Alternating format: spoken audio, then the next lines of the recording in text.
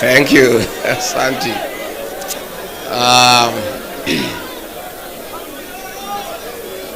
My elder sister, the Honorable Mother Wangari Karua, the Iron Lady of Kenya's politics and senior counsel and party leader of PLP, Your Excellency, former Vice President, the Honorable Kalonzo Musyoka, party leaders present, senators, members of parliament, and members of PLP, Hamjambo, PLP,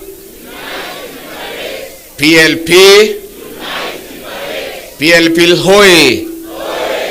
Asanteni sana. Mine will be very brief. I just say 2-3 things.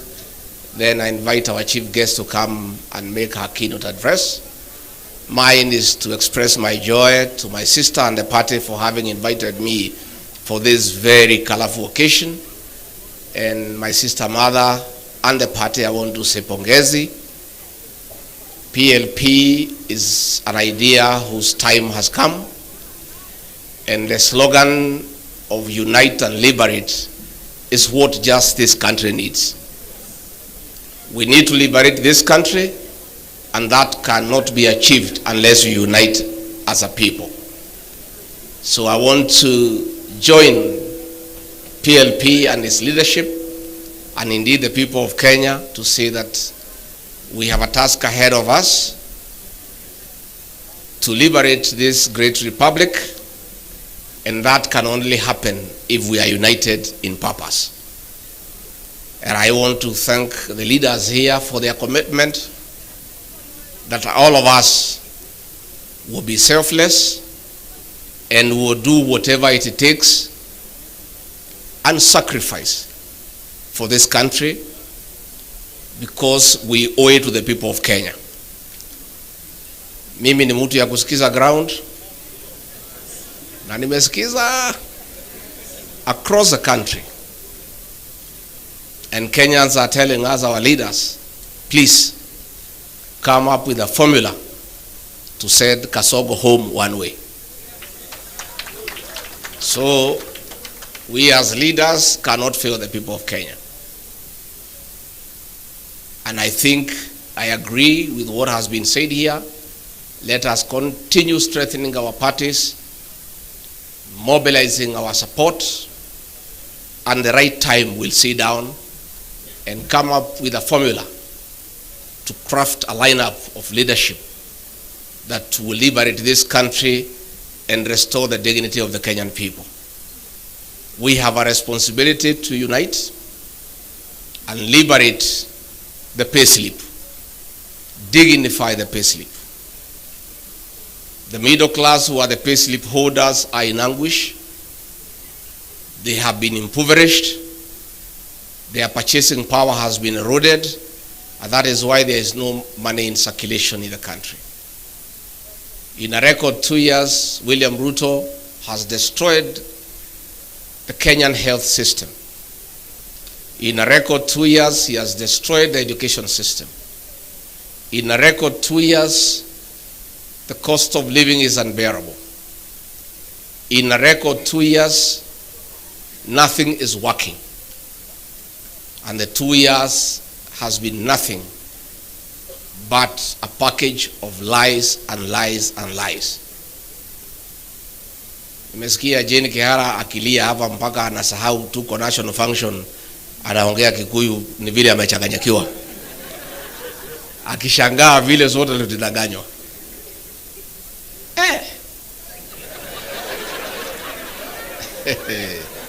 Hii jamaa tangu nizaliwe mimi Rigiji, mtoto ya Maumau, sijaona mtu muongo kama hiyo ile mtu. Huyu mtu anakudanganya na amekuangalia.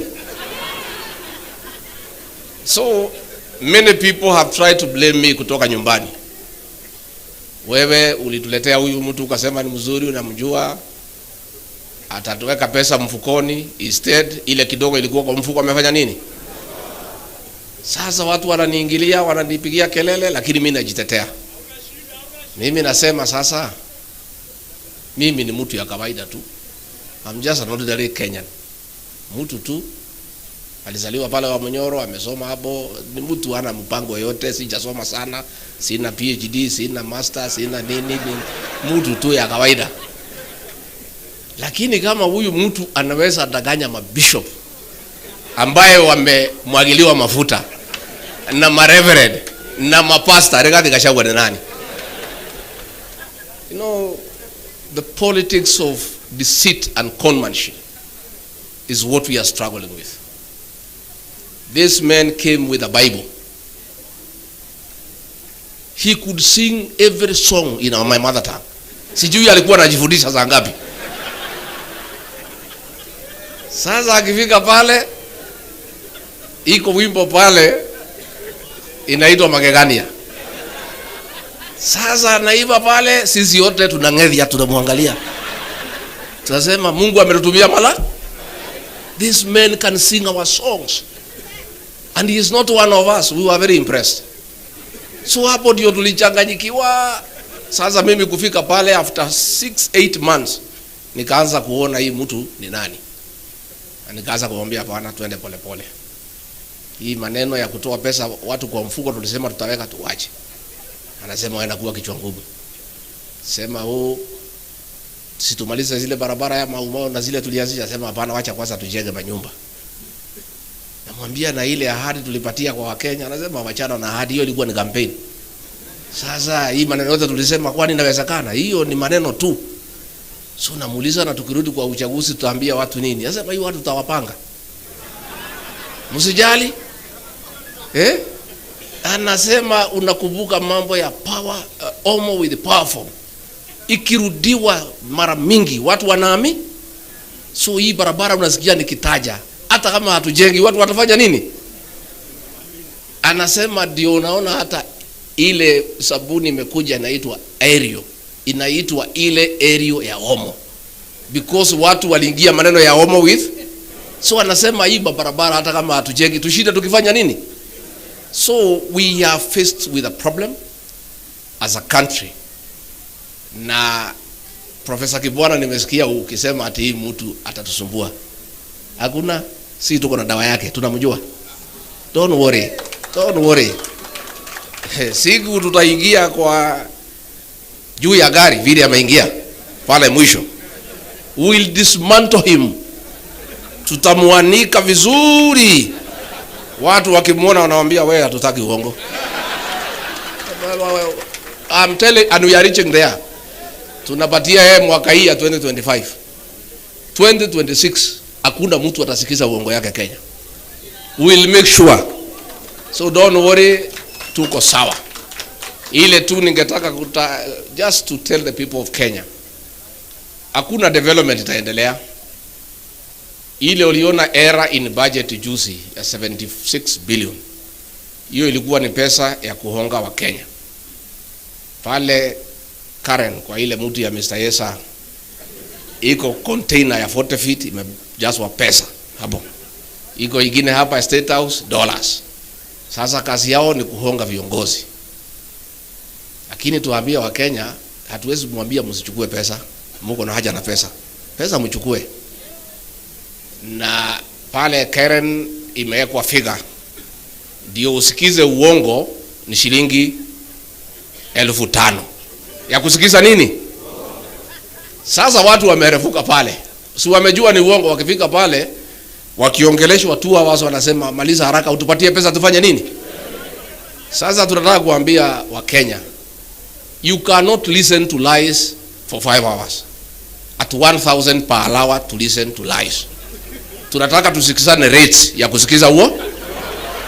Si tusikizane rates ya kusikiza uongo. Kwa sababu hii uongo ni mingi sana. Mnadanganywa barabara itajengwa na ni uongo tu, lakini mnawekwa masaa. So tunataka kuambia wewe Mr. Yesa, weka rate ya 2 hours. 2 hours 5,000. Udanganye watu for 2 hours, uwapatie 5,000 wafanya nini? Ukipitisha 2 hours, mnasimama mnasema pesa ifanye nini? Tumekubaliana? Tumekubaliana. Sasa ama 1 hour. No, watu wanasema 2 hours is too much for 5,000. Sasa pale State House iko dollars. Hapo inalipwa in dollars. Na nafikiri ni hii ya gold hii ya Sudan. So pale pia pale sasa naye rais uweke rate. Yeah, $1,000. Watu wasikize nini? Because ni uongo peke yake. Then hizo hoteli tufungue mwaka 2025 na 2026. December hizo hoteli bili tufanye nini? Tufunge. Tuangoje pale kwa debe. Na nimeona waziri hapo akitukana Gen Z akisema ati they are hooligans. Wewe hawa Gen Z ndio dawa yenu pale kwa debe. Hawa Gen Z is about 9 million. Vijana wetu tunaomba nyinyi, you are doing a very good job kwa smartphone. Very good job, Morara. But that is not enough. The real transformation of this country will happen on the ballot box. So tunaomba Gen Z mchukue vitambulisho na muandikishe kura.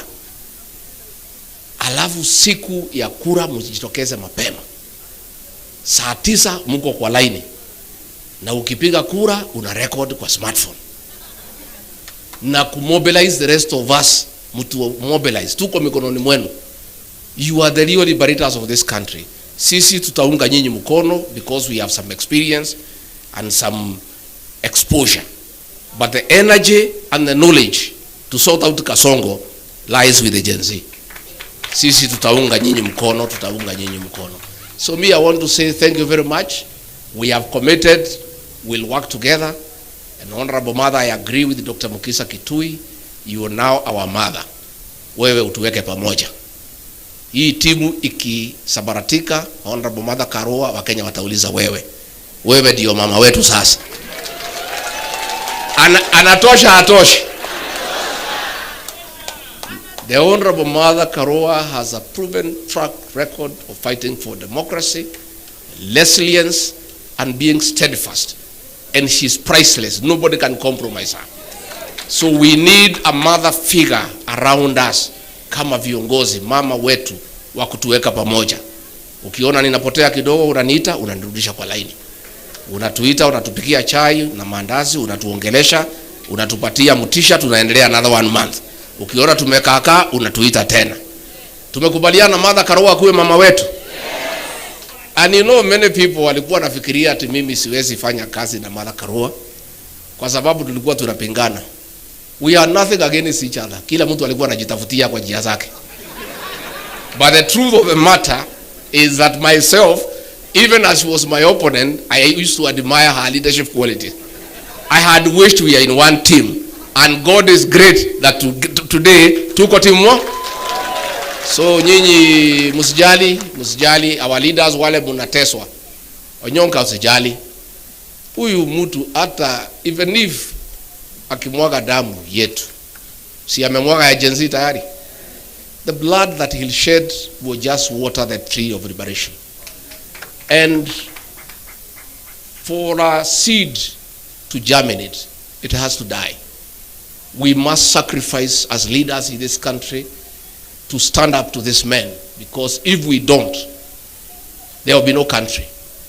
As we speak, kumeandikwa cabinet memo by CS Interior and CS Lands and Housing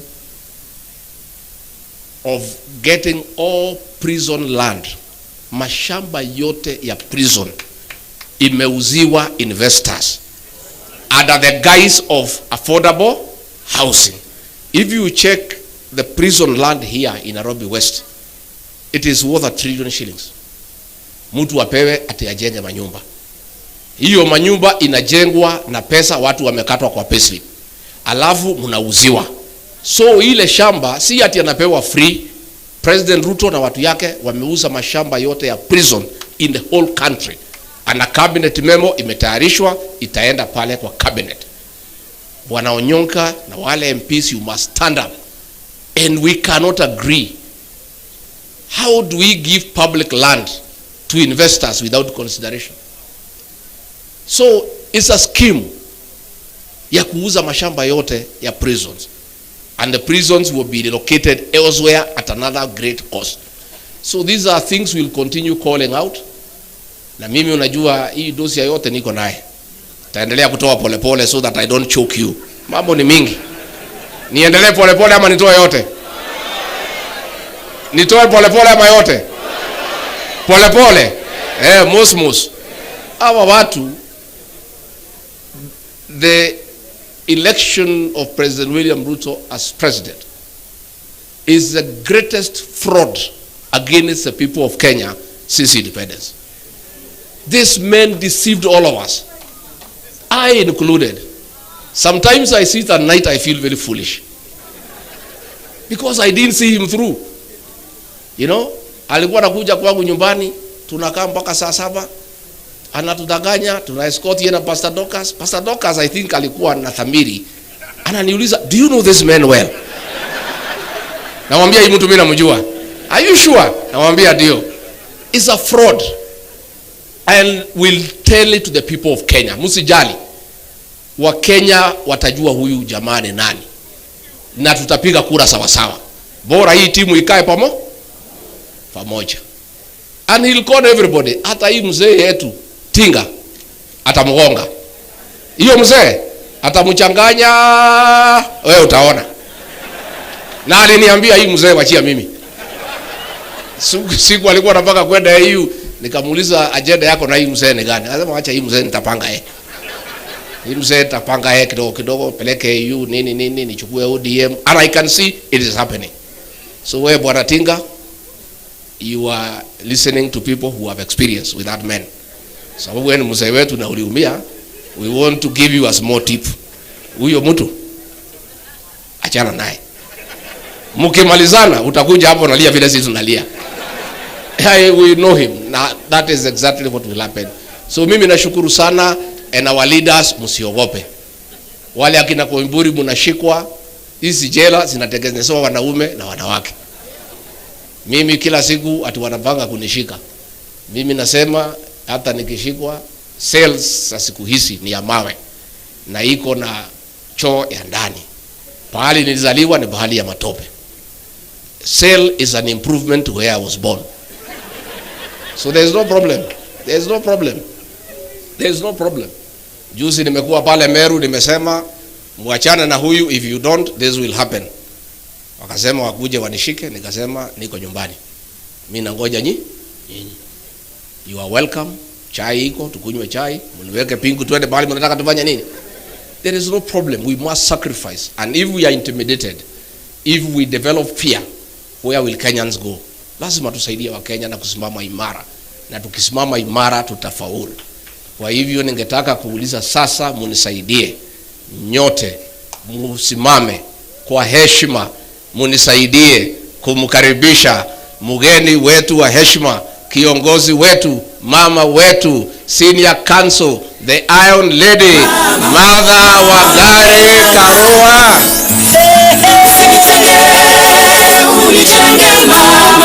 Nisikie mama, Kenya mama, umetoka mbali wewe, usichoke mama,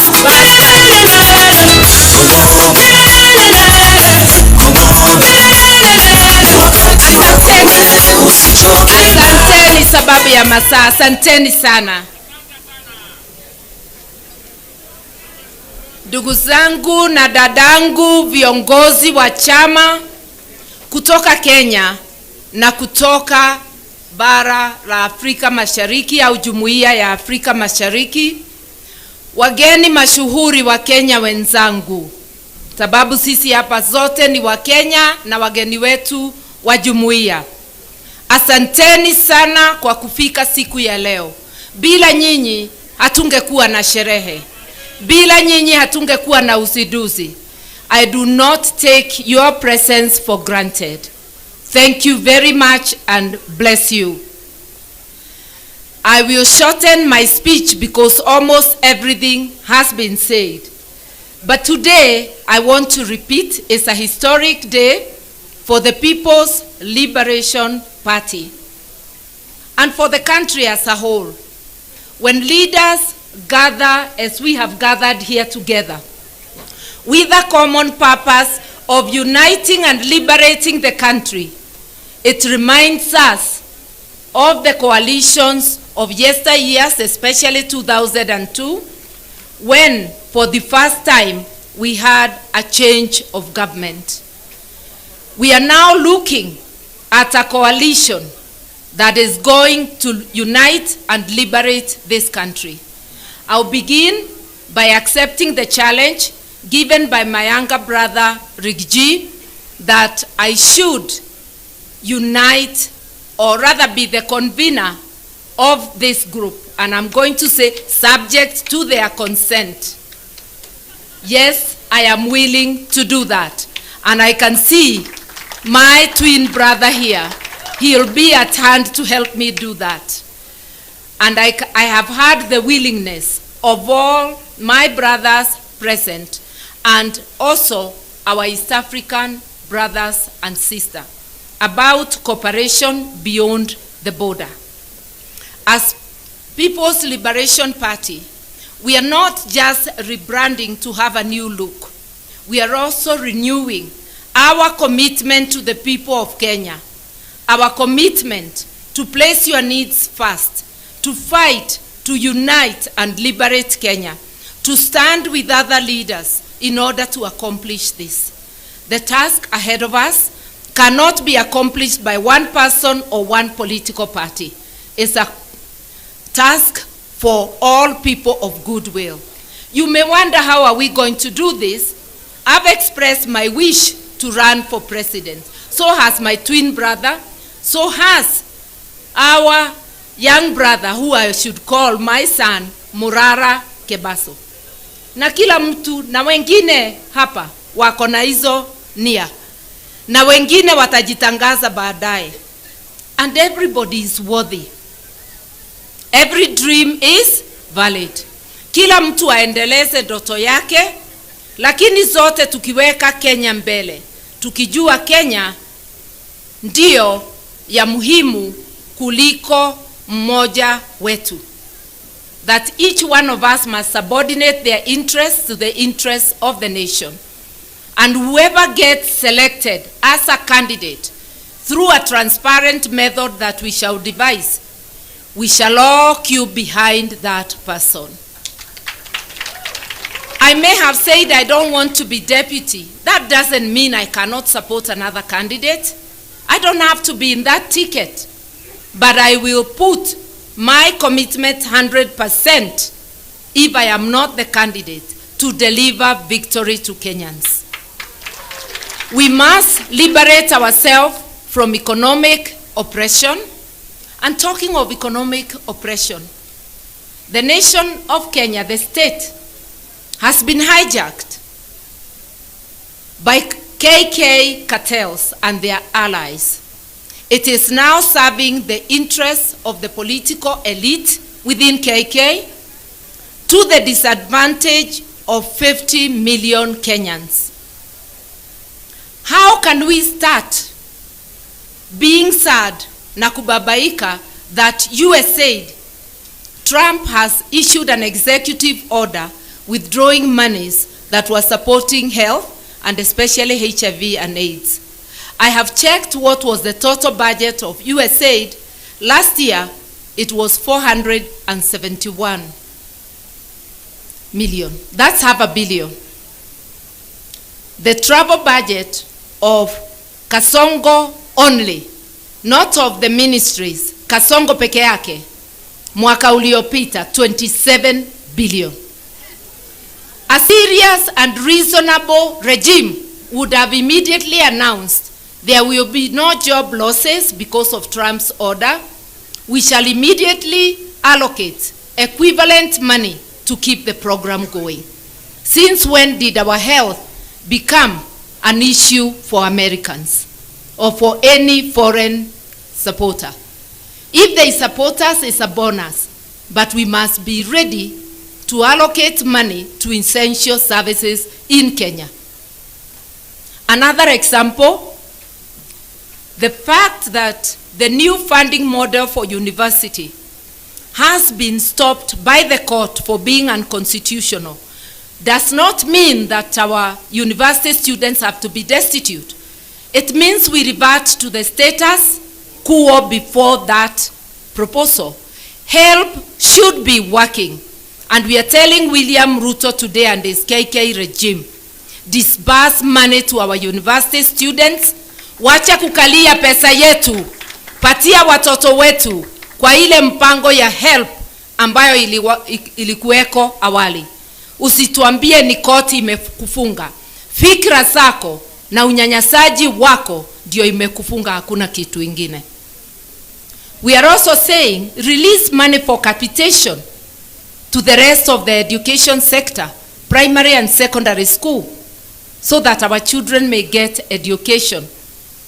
We are saying stop demolishing houses without offering alternative accommodation. Stop grabbing land after demolishing houses, grabbing land of people with titles and giving it to your cronies. Because some of those demolitions is not about environment, it's not about affordable housing, it is not about public use, it's about gifting his friends that land. Stop grabbing land, and especially land belonging to the poor and vulnerable. As leaders, unless if we come together, our people will continue to suffer all these ills. Most importantly, the right to life precedes any other right. You have to be alive to enjoy any other right. Stop abducting and executing our people, especially our youth. Stop abducting foreign nationals and disappearing them forever, because there is an Ethiopian who was disappeared forever, Gabriel Michael. And others we don't know. Stop abducting people who are here legitimately, either as visitors or as refugees. This game of abduction, and it appears there is an East African cooperation which has emerged between rogue regimes of Uganda, Tanzania, and Kenya, because that's where we have seen the cross-border abductions in East Africa. As citizens, we must resist. Our constitutions, the Constitution of Uganda, the Constitution of Kenya, the Constitution of Tanzania, the Constitutive Act of East Africa Federation, all are against such acts. You want to pursue somebody across the border? Go to court, get a warrant. Let the court give you an order to extradite that person to their country. How can states behave in a roguish fashion? Uongozi wa kijambazi. And yes, it looks like William Ruto is in a hurry to graduate as a dictator. Our constitution does not allow dictatorship. As citizens of Kenya, we must unite and thwart his graduation into a dictator. We must say that there will be no graduation of a dictator in Kenya, because our constitution says so. Nikisema hivyo sisemi kwa nguvu zangu, ni nguvu zenu. Tuliandika katiba na tukaweka hii maneno yote. Na kama wewe William Ruto na your KK bandwagon hamukusoma katiba, musomewe au mujisomee tena. Kama PhD haiwezi kusoma katiba, sijui itasoma nini ingine. Sababu anajigamba ya kwamba akona nini na PhD. Mkenya wa kawaida ambayo hana masomo ya juu ashaelewa katiba, ashaelewa ya kwamba Mkenya ndiye sovereign. Power belongs to the people. The judiciary gets power from the people. The executive gets power from any public officer exercising power on behalf of the Republic of Kenya is an employee of the people. I want to request to actually call upon all our civil servants, all state officials, all members of parliament to remember that it's not Kasongo who has put them in the place they are. They are there courtesy of the people of Kenya. Hii si ile wakati tulikuwa tukisema mtukufu rais. Mtukufu sasa ni mwananchi Mkenya. So let us work for Kenyans with seriousness, with commitment, with dedication. Anybody earning a salary, you are earning it courtesy of the sweat of your brothers and sisters from Kenya. If you don't work for them, you are stealing from them because you are receiving money for work not done. Nikienda kufupisha sana, mi nataka kusema, wale wanasema bona rangi inakaa kama ya mwingine. Haikai kama ya mwingine. Hakuna mtu Kenya ako na purple, lilac. Lilac ni ile lighter purple na white. Hizo zikiunganishwa tatu, we are unique, nobody else. Look at that building with purple, lilac and white. Tell me whether anybody else has that. These are our colors. Hakuna mtu anaweza own a single color together. That combination is unique to the People's Liberation Party. Na wewe ujue hata wardrobe yako ukikaa miaka unarebesha, pengine umenona, pengine umekonda. We needed to renew ourselves as we renew our commitment to the people of Kenya. Our biggest commitment is to ensure Kenya is under the rule of law. Kenya fights corruption with whatever other knowledge you have, whether it is in economics, whether it is in education, in environment, in governance. Without observing the rule of law, nothing will move. Imagine our Bible, our political Bible, is the Constitution. It tells you how to apply public finances. It tells you the qualities of a leader. It tells you how a leader should behave when they are in office. And office is not to be used for personal gain.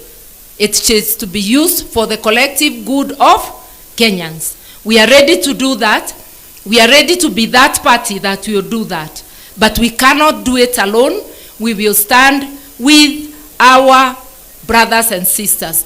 Unity, the call for unity, is the foundation of the liberation movement. And our commitment today is to do just that. In order for Kenyans and every child to access quality health care, RUTO must go. In order to liberate our education, RUTO must go. When I say RUTO, I mean RUTO, what it stands for, and its entire regime. RUTO sio mtu moja, ni RUTO na vibaraka wake wote. And I want to acknowledge, RUTO ni Mkenya kama sisi, lakini tabia yake haipendezi kamwe.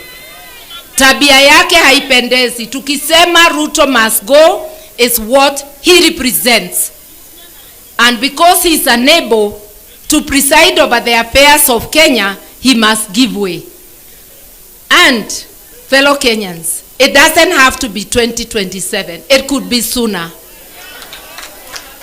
We commit to you that we are going to meet soonest, and we are going to move forward and give you the program of action. Are you ready? Yes. Are you ready? Yes. PLP? PLP? So for the liberation of our country, we need unity of purpose, which has been symbolized here by the MPs. Now I want to call upon party leaders present, including our international guests, because this unity transcends the borders. I want to urge the party leaders only, come here so that we show people our commitment, and we also stand as we unveil the brand of People's Liberation Party. We are going to at the end of this all.